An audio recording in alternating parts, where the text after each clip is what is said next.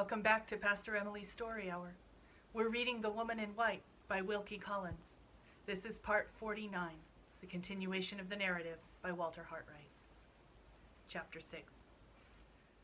The address communicated by Mrs. Todd took me to a lodging house situated in a respectable street near the Gray's Inn Road. When I knocked, the door was opened by Mrs. Clements herself. She did not appear to remember me, and asked what my business was. I recalled to her our meeting in Limmeridge churchyard at the close of my interview there with the woman in white, taking special care to remind her that I was the person who assisted Anne Catherick, as Anne had herself declared, to escape the pursuit from the asylum. This was my only claim to the confidence of Mrs. Clements. She remembered the circumstance the moment I spoke of it, and asked me into the parlor in the greatest anxiety to know if I had brought her any news of Anne. It was impossible for me to tell her the whole truth without at the same time entering into particulars on the subject of the conspiracy, which it would have been dangerous to confide to a stranger. I could only abstain most carefully from raising any false hopes, and then explain that the object of my visit was to discover the persons who were really responsible for Anne's disappearance. I even added, so as to exonerate myself from any after-reproach of my own conscience, that I entertained not the least hope of being able to trace her, that I believed we should never see her alive again, and that my main interest in the affair was to bring to punishment 2 men whom I suspected to be concerned in luring her away, and at whose hands I and some dear friends of mine had suffered a grievous wrong. With this explanation, I left it to Mrs. Clements to say whether our interest in the matter, whatever difference there might be in the motives which actuated us, was not the same, and whether she felt any reluctance to forward my object by giving me such information on the subject of my inquiries as she happened to possess. The poor woman was at first too much confused and agitated to understand thoroughly what I said to her. She could only reply that I was welcome to anything she could tell me in return for the kindness I had shown to Anne. But she was not very quick and ready at the best of times in talking to strangers. She would beg me to put her in the right way, and to say where I wished her to begin.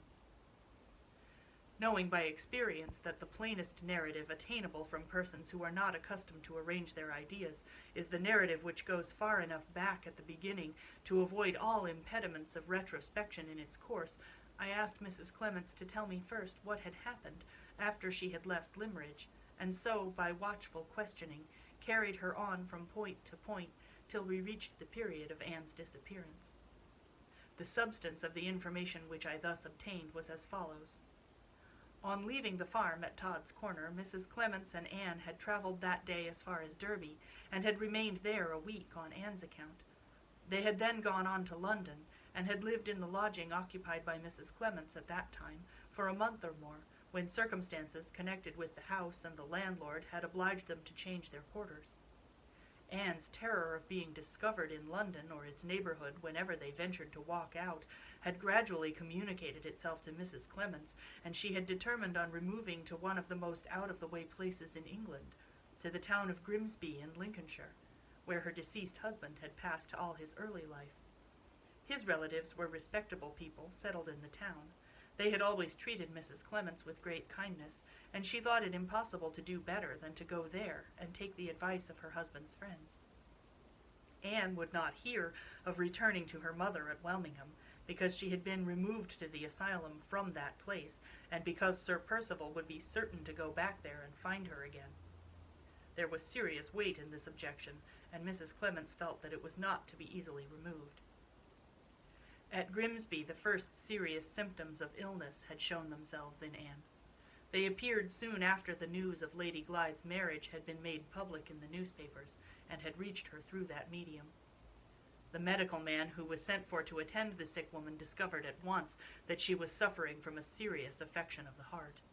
The illness lasted long, left her very weak, and returned at intervals, though with mitigated severity, again and again. They remained at Grimsby, in consequence, during the first half of the new year, and there they might probably have stayed much longer, but for the sudden resolution which Anne took at this time to venture back to Hampshire for the purpose of obtaining a private interview with Lady Glyde. Mrs. Clements did all in her power to oppose the execution of this hazardous and unaccountable object, No explanation of her motives was offered by Anne, except that she believed that the day of her death was not far off, and that she had something on her mind which must be communicated to Lady Glyde at any risk in secret. Her resolution to accomplish this purpose was so firmly settled that she declared her intention of going to Hampshire by herself if Mrs. Clements felt any unwillingness to go with her. The doctor, on being consulted, was of opinion that serious opposition to her wishes would in all probability produce another and perhaps fatal fit of illness, and Mrs. Clements, under this advice, yielded to necessity, and once more, with sad forebodings of trouble and danger to come, allowed Anne Catherick to have her own way. On the journey from London to Hampshire, Mrs. Clements discovered that one of their fellow passengers was well acquainted with the neighborhood of Blackwater, and could give her all the information she needed on the subject of localities. In this way she found out that the only place they could go to, which was not dangerously near to Sir Percival's residence, was in a large village called Sandon. The distance here from Blackwater Park was between 3 and 4 miles, and that distance and back again Anne had walked on each occasion when she had appeared in the neighborhood of the lake. For the first few days during which they were at Sandon, without being discovered, they had lived a little away from the village, in the cottage of a decent widow woman who had a bedroom to let, and whose discreet silence Mrs. Clements had done her best to secure, for the first week at least. She had also tried hard to induce Anne to be content with writing to Lady Glyde in the first instance, but the failure of the warning contained in the anonymous letter sent to Limmeridge had made Anne resolute to speak this time, and obstinate in the determination to go on her errand alone. Mrs. Clements nevertheless followed her privately on each occasion when she went to the lake, without, however, venturing near enough to the boathouse to be witness of what took place there. When Anne returned for the last time from the dangerous neighborhood, the fatigue of walking day after day distances which were far too great for her strength, added to the exhausting effect of the agitation from which she had suffered, and produced the result which Mrs. Clements had dreaded all along. The old pain over the heart and the other symptoms of the illness at Grimsby returned, and Anne was confined to her bed in the cottage. In this emergency, the first necessity, as Mrs. Clements knew by experience, was to endeavor to quiet Anne's anxiety of mind, and for this purpose the good woman went herself the next day to the lake to try if she could find Lady Glyde, who would be sure, as Anne said, to take her daily walk to the boathouse, and prevail on her to come back privately to the cottage near Sandon. On reaching the outskirts of the plantation, Mrs. Clements encountered not Lady Glyde, but a tall, stout, elderly gentleman with a book in his hand. In other words, Count Fosco. The Count, after looking at her very attentively for a moment, asked if she expected to see anyone in that place, and added, before she could reply, that he was waiting there with a message from Lady Glyde, but he was not quite certain whether the person then before him answered the description of the person with whom he was desired to communicate. Upon this, Mrs. Clements at once confided her errand to him, and entreated that he would help allay Anne's anxiety by trusting his message to her. The Count most readily and kindly complied with her request. The message, he said, was a very important one. Lady Glyde entreated Anne and her good friend to return immediately to London, as she felt certain that Sir Percival would discover them if they remained any longer in the neighborhood of Blackwater. She was herself going to London in a short time, and if Mrs. Clements and Anne would go there first, and would let her know what their address was, they should hear from her and see her in a fortnight or less. The Count added that he had already attempted to give a friendly warning to Anne herself, but that she had been too much startled by seeing that he was a stranger to let him approach and speak to her. To this, Mrs. Clements replied, in the greatest alarm and distress, that she asked nothing better than to take Anne safely to London, but that there was no hope of removing her from the dangerous neighborhood, as she lay ill in her bed at the moment.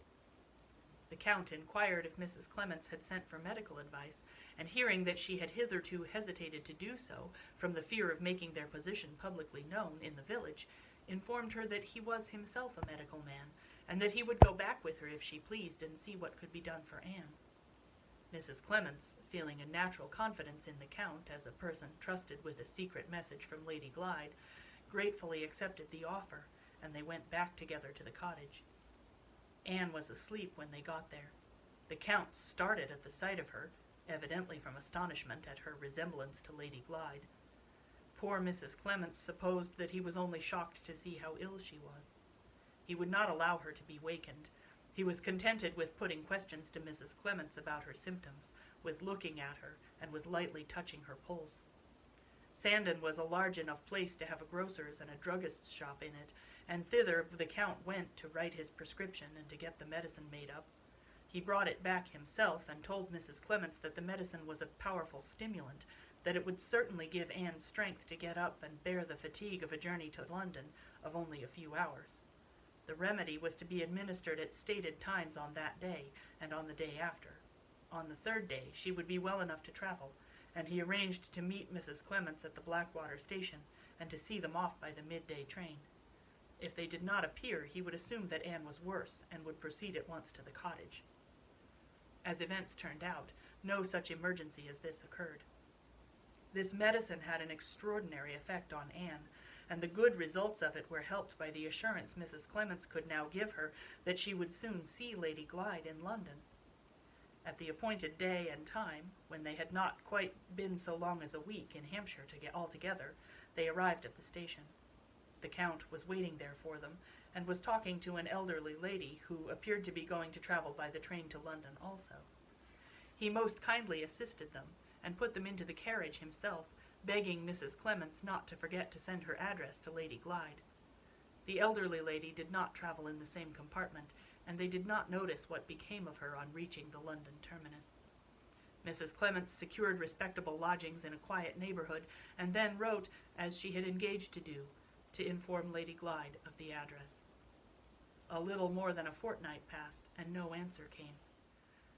At the end of that time, a lady, the same elderly lady whom they had seen at the station, called in a cab and said that she came from Lady Glyde, who was then at an hotel in London, and who wished to see Mrs. Clements for the purpose of arranging a future interview with Anne. Mrs. Clements expressed her willingness, Anne being present at the time and entreating her to do so, to forward the object in view, especially as she was not required to be away from the house for more than half an hour at the most. She and the elderly lady, clearly Madame Fosco, then left in the cab. The lady stopped the cab after it had driven some distance at a shop before they got to the hotel, and begged Mrs. Clements to wait for her for a few minutes while she made a purchase that had been forgotten. She never appeared again. After waiting some time, Mrs. Clements became alarmed and ordered the cabman to drive her back to her lodgings. When she got there, after an absence of rather more than half an hour, Anne was gone. The only information to be obtained from the people of the house was derived from the servant who waited on the lodgers. She had opened the door to a boy from the street who had left a letter for the young woman who lived on the second floor, the part of the house which Mrs. Clements occupied. The servant had delivered the letter, had gone downstairs, and 5 minutes afterwards had observed Anne open the front door and go out, dressed in her bonnet and shawl. She had probably taken the letter with her, for it was not to be found, and it was therefore impossible to tell what inducement had been offered to make her leave the house. It must have been a strong one, for she would never stir out alone in London of her own accord. If Mrs. Clements had not known this by experience, nothing would have induced her to go away in the cab, even for so short a time as half an hour only. As soon as she could collect her thoughts, the first idea that naturally occurred to Mrs. Clements was to go and make inquiries at the asylum, to which she dreaded that Anne had been taken back. She went there the next day, having been informed of the locality in which the house was situated by Anne herself. The answer she received, her application having in all probability been made a day or two before the false Anne Catherick had been consigned to safekeeping in the asylum, was that no such person had been brought back there. She had then written to Mrs. Catherick at Wellingham to know if she had seen or heard anything of her daughter, and had received an answer in the negative. After that reply had reached her, she was at the end of her resources, and perfectly ignorant of what else to inquire or what else to do. From that time to this she had remained in total ignorance of the cause of Anne's disappearance and of the end of Anne's story. Come back tomorrow for the next installment.